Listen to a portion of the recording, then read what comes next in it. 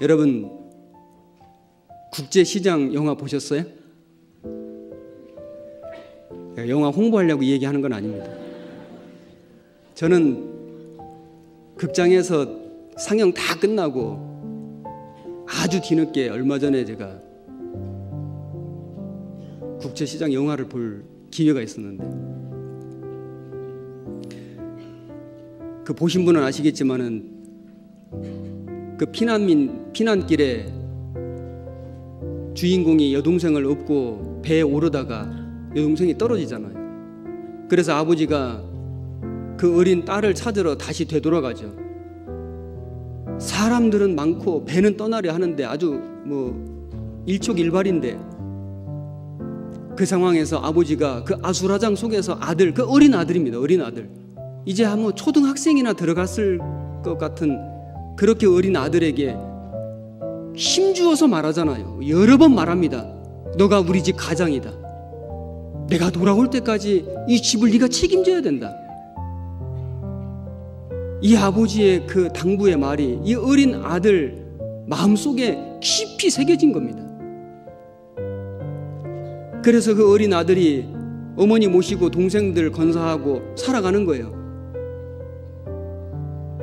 청년이 되어서 독일 광부로도 가고 결혼해서 저 베트남에도 가고 죽을 위기를 여러 번 넘겼습니다.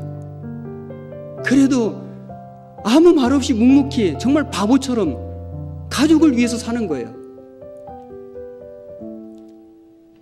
나이 많은 할아버지가 되었는데, 자기 생일날인지 온 가족이 모였는데,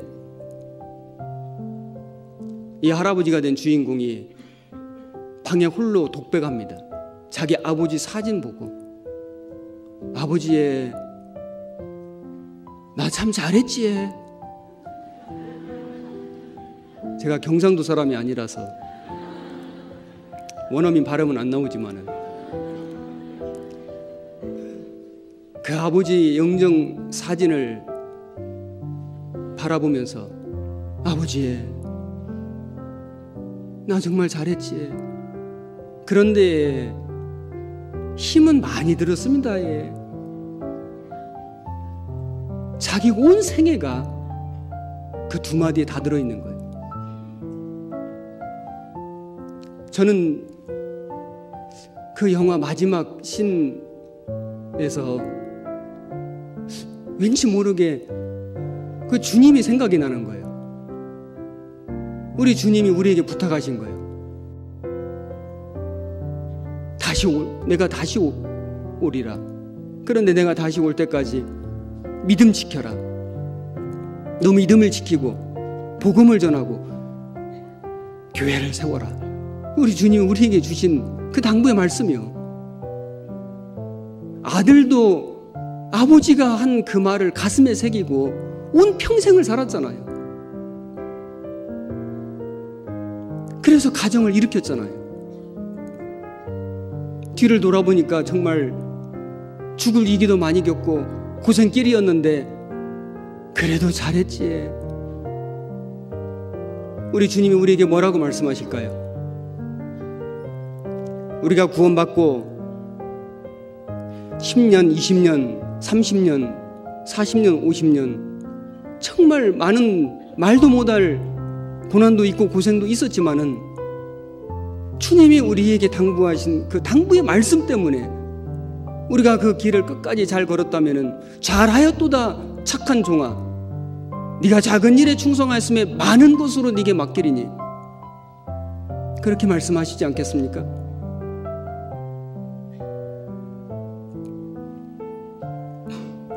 우리는 구원받은 즉시에 나는 이제 주님의 종이 되었고 나는 살 자격도 없고 죽을 자격도 없고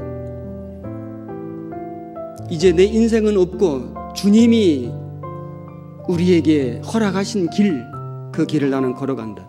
나는 주님의 군사고 나는 입대한 사람이고 군인은 자유가 없잖아요. 그런데 나라가 책임지잖아요.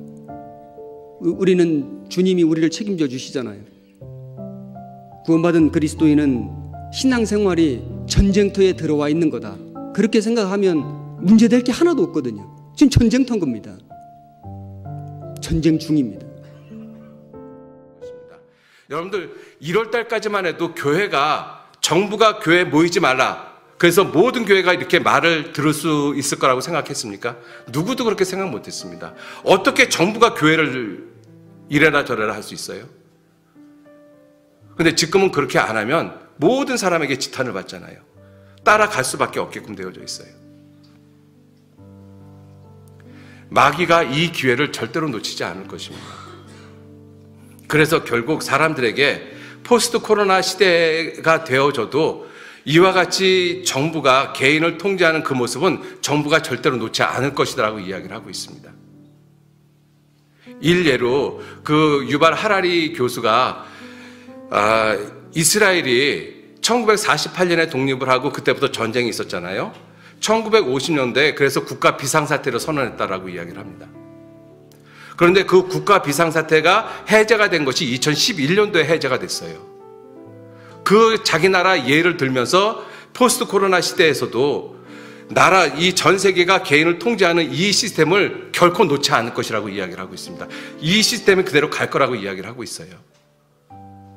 지금 우리나라 총리도 상황이 안 좋아지면 다시 교회를 모이는 것을 제재할 수 있다라고 이야기를 하고 있잖아요. 우리 그런 시대에 살고 있습니다. 그러한 모습을 보면서 정부 탓만 것이라고 생각할 수는 없잖아요. 그러한 정부, 그러한 세계화의 너머에 뭐가 있겠어요? 마귀가 있습니다. 마귀는 그리스도인들을 모으지 못하도록 하거든요. 그리스도인들은 숯불하고 똑같아서 숯불은 숯은 모아놓으면, 꺼진 숯도 모아놓으면 활활 탑니다. 활활 타는 숯도 흩어놓으면 꺼져버리거든요. 여러분들 사회적 거리두기가 뭘 의미하죠? 사람들 2m씩 2m씩 떨어져 놨어요. 여러분들 사람은 몸이 멀어지면 마음도 멀어지게끔 되어져 있어요. 마태복음 24장 12절 말씀에 불법이 성함으로 모든 사람의 사랑이 식어지리라. 사회적 거리두기, 사람들 사랑 식어져 갑니다. 그리스도인들 사랑 식어져 갈 수 있어요. 어떻게 했으면 좋겠습니까? 우리들이 어쩔 수 없이 정부 시책에 사회적 거리두기에 동참해야 돼요. 근데 그걸로 인해 가지고 우리들의 마음이 식어진다면 이거 정말 큰 문제 아니겠어요? 히브리서 10장 35절 말씀에 모이기를 패하는 어떤 사람들의 습관과 같이 하지 말고 오직 그날이 가까운 볼수록 더욱 모이기를 힘쓰라고 말씀하고 계십니다. 그런데 마귀는 더욱 모이지 못하도록 만들어 놨잖아요. 사회적 거리두기 하라고 이야기하지 않습니까? 그래서 이렇게 띄엄띄엄 떨어져 앉아 있잖아요. 여러분들 이거 계속 갈 수도 있어요. 그러면 우리들이 이제 어떤 마음을 가져야 되겠어요? 잠깐 하나님께서 이것을 회복시켜 주신다면 우리들 정말 죽기를 각오하고 주님 위해서 살아야 돼요. 다시는 기회 없을 수도 있어요. 각오하고 살아야 될 때입니다.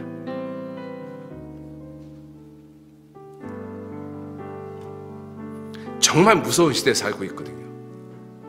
단지 이 코로나 이것으로 끝나는 것이 아니잖아요. 코로나 시대가 지나고 난 다음에 어떤 세계가 정말 올까? 우리가 정말 편하게 복음을 전할 수 있는 세계가 정말 다시 올까? 다시 온다라면, 하나님이 기회를 다시 준다라면 어떻게 살아야 되겠어요?